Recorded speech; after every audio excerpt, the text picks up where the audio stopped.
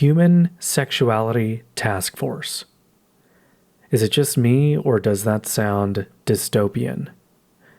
Hey everyone, welcome back to Haystacks in Hell. I'm Santiago, and this is going to be a quick, informal bonus episode. We need to talk about a new Human Sexuality Taskforce that was just announced by Ted Wilson, the General Conference President of the Seventh-day Adventist Church. First of all, why talk about this? Why bother with the nonsense the GC is putting out? It's because I care about the people who are in the SDA system. And I care about the people that are still affected by it, even if they've left, because of family or friends or other people in their lives that are still in it. And if we're being honest, this theology can and does kill. I've talked before about how the adult son of the head pastor at my old church once told me that it is morally justifiable to kill gay people. I'm going to talk about that a little bit more at the end of this episode, but just keep that in mind. That is where this theology can lead. For context, the Adventist Church in North America and Europe is slowly, ever so slowly, becoming LGBTQ affirming. In January 2023, a Seventh-day Adventist German pastor publicly came out as bisexual. He preached a sermon, and the title, when you translate it to English, says, "You are a God who sees me." And he talks about being aware of his sexuality since he was 14 years old. And he said, again, translated into English, he said, "I am thankful that after many years of struggle, I have understood that my being is not a sin, because we cannot choose our sexual orientation and identity." His local church affirmed him, and the conference he's a part of actually voted to retain his credentials. And this is historic. As far as I know, it's the first time a pastor in the Adventist church has come out and managed to retain their credentials. And then in March, Washington Adventist University in Washington, D.C. in the United States held a summit unapologetically featuring LGBTQ affirming theology. And of course, the General Conference and Ted Wilson cannot let this slide.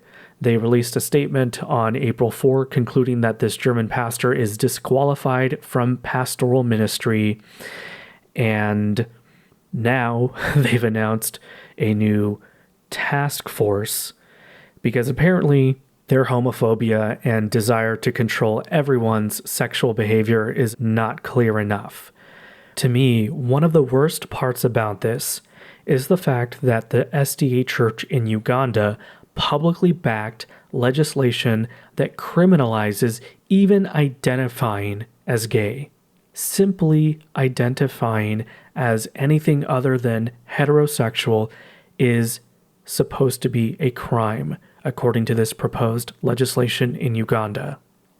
And as far as I know, the General Conference has not said a single word about the Adventist Church in Uganda supporting this legislation. Remember, sexual control is number 3 on the BITE model of authoritarian control. If you go back to episode 4 and episode 5, if you haven't already heard those episodes on sex and sex education within the Adventist Church and culture, you definitely need to listen to those. If you aren't already aware about the crazy things John Harvey Kellogg and Ellen White said about masturbation, and if you're not aware about the history of female genital mutilation within the Adventist Church, go back and listen to episode 4 especially. There is also a documentary featured by PBS, that's the public broadcasting service in the US, a nonprofit broadcaster. They featured a documentary about female genital mutilation and how the Adventist Church really helped perpetuate this in the United States. All of this is going to be linked in the show notes, so please check out the show notes. Make sure to listen to these resources if you're interested and aren't aware. So now I'm going to play some clips from the General Conference announcement, and I'm going to link to the full video in the show notes as well.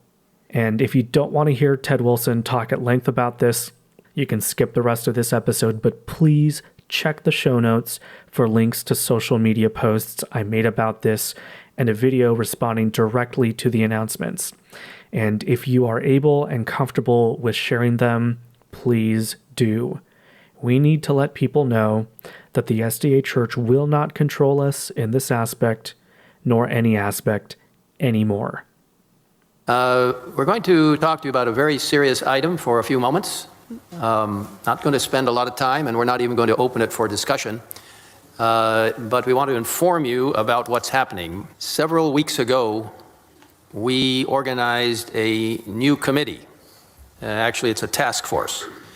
We organized what is called Human Sexuality Taskforce to draw on all of the resources, the materials that the church has from the Bible, from Biblical Research Institute, from voted statements, from other sources. I just want to remind everyone that the 1987 General Conference Executive Committee statement on sexual behavior makes zero distinction, zero, between bestiality, incest, sexual assault, and sex between consenting adults who just happen to not be heterosexual and in a marriage. And by the way, Ted Wilson's dad was the General Conference president then. So, the more things change, the more they stay the same. To help our church members, and especially our younger church members, to understand what the Bible has to say about human sexuality. We are facing a huge onslaught of aggressive conditioning of people's minds from social media, from culture, regarding LGBT and other aspects. The lack of self-awareness in this statement blows my mind. Aggressive conditioning of people's minds? That is actually a pretty good description of the brand of Seventh-day Adventist fundamentalist faith that Ted Wilson represents. I would know because I grew up in part of that, and if you're listening right now, chances are you did too. We need to treat all people with respect, with love, with care. But, my dear brothers and sisters, you will know that we spent about an hour together 1 week ago today in a special meeting by common consent, a consensus statement regarding the human sexuality aspect and what the Bible teaches. What Ted Wilson is referring to here is the statement that was put out in response to the German Adventist pastor who came out as bi in January. What the Bible has to say is the most important. And recently, as we reviewed this, we recognized we need to be much more proactive in helping our world church, and especially young people who are so influenced by social media, by connection to the internet, to understand what the Bible says. The Seventh-day Adventist Church has documented that it uses the historical grammatical or historical biblical approach to allowing the Bible to interpret itself. I pointed this out in the video response I made, but what kind of circular reasoning is that, allowing the Bible to interpret itself? Modern Bible scholars have recognized the flaws in such a method, and it is not the method you use to interpret the Bible unless if you have a specific dogma you are trying to defend. The Human Sexuality Taskforce will be producing materials, and you need to know this, so you will not be surprised. They will be producing materials in small 60-second, 90-second sound bites, 2-minute expositions, 2-hour presentations, 2-day summits, whatever it takes, in hard copy, in electronic copy, in every format, in every platform. I don't know what staffers are going to be tasked with creating what sounds like Instagram Reels and TikToks with this toxic content, but I'm going to be keeping an eye on it, and I hope that you will too, because if and when they start posting this stuff, we need to respond. To help share carefully, lovingly, with respect to all people, what the Bible says. Being involved in this particular area of human sexuality. We're not going to be discussing this. We're not voting on anything. We want you to be informed. I've spoken briefly before about Floyd Poinitz and SDA Kinship, and how for decades, SDA Kinship, which is a nonprofit supporting current and former Adventists who are queer, they've tried having dialogue with Ted Wilson and with the General Conference, and they have been met with silence. So, yeah, when Ted Wilson says, we're not going to be discussing this, we're not voting anything, we just want you to be informed, that is par for the course. And that is what queer Seventh-day Adventists have had to deal with. Even though I'm an ex-Adventist, my beliefs do not line up with people of faith, I personally believe that I and all of us who have left should be allies to them, because the Adventist Church as an institution and government institutions around the world, like the government of Uganda, are doing what they can to try to legislate them out of existence. And let's be praying earnestly as this task force does its work. And let me again remind you, we are to treat all people with respect, with love, with care, and to point them to Jesus Christ, who can make us all new creatures in him. This might be nothing, but in this specific context, new creatures in him sounds like a dog whistle for gay conversion therapy. In other words, Ted Wilson, to me, sounds like he's saying that you can pray the gay away, which, if you weren't already aware, not possible. It is not scientific. That is not how it works.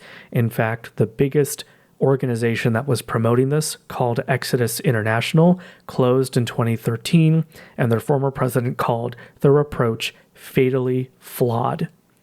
The Adventist Church is actually partially responsible for pioneering conversion therapy, because in the 80s, they funded a corrupt Adventist pastor who came from the UK to the United States. His name was Colin Cook. They funded him in the 80s to run quote-unquote ex-gay ministries. And it turns out that this guy was actually sexually assaulting young queer people who were being quote-unquote counseled by him. And to this day, as far as I know, the Adventist Church has never formally apologized for this. So, yeah, I might sound upset. I might sound cynical, and that's because I am rightly so. Part of my anger also comes from the fact that I grew up being homophobic, because I grew up within a fundamentalist, conservative Adventist church and family and culture. And I've mentioned before in comments that the adult child of the former pastor at my old church once told me point blank that it is moral to kill gay people, even if it isn't legal. I remember being shocked when I heard that, and I didn't really say much, and I never told anybody else. I just kept that in the back of my head, and I forgot about it until years later when I was deconstructing. This theology kills. This theology creates hate, and it creates hateful people. Not everybody takes it that way, but some people do, and some people take it to an extreme. You may not be queer, you may not even have family or friends who are queer, but I guarantee you, there are people in your social circles that are affected by this. I personally feel a greater level of responsibility than I did before, because as I've shared, my partner is bi. But even if I did not have a queer partner, I would still be speaking about this. Part of it, if I'm being honest, is making up for the homophobic views I used to have. Part of it is simply that I have empathy for people, even if they are not like me. For the record, if you're a first-time listener, I've shared this before, I am a straight cis guy. I'm not speaking about this because I personally am queer and feel personally attacked by this. However, I do feel attacked by this personally because people that I love and people that I don't even know but have empathy for as a fellow human being are being harmed by theology like this. So, whatever your background is, whatever you may have grown up believing, I hope that if you haven't really thought about this, or that if you've been on the fence about issues like this, that you will choose to take a side, and that you will be on the right side of history. And to be clear, this unequivocally includes transgender people. There seems to be a growing number of people who are confused and agitated and angry at the existence and acceptance of trans people. And on one hand, I can understand it because I used to think that way at one point. And if you have family or friends who do, or if you yourself struggle with this, I have empathy for you because I was there. That was me. But we need to understand that even if we don't fully comprehend something, that doesn't mean that it's our place to say that it is evil or demonic or vile, as I've heard so many Christians say. In this moment, I am reminded of the poem First They Came.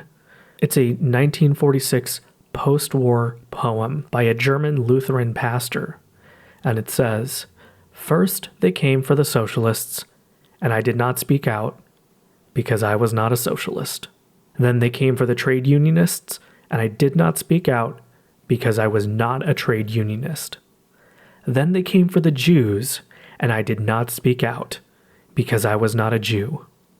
And then they came for me, and there was no one left to speak for me." I don't believe in the Sunday law anymore. I don't believe in the eschatology of the Seventh-day Adventist Church. But I am able to see and I am able to hear the rhetoric that is coming out of the Adventist Church and that is coming from so many people. Some folks would say it's a small, loud, angry minority, and I think to some degree that is true. But still, they are loud enough to the point where everyday folks who listen to them may take what they say to heart. As ex-Adventists, as most of the listeners of this podcast are, we have experienced othering, to not be able to be your true self with your family and with your loved ones. If you have not taken a side, if you have not thought about it, if you've tried putting it aside, I am asking you, please pay attention. Please be on the right side of history.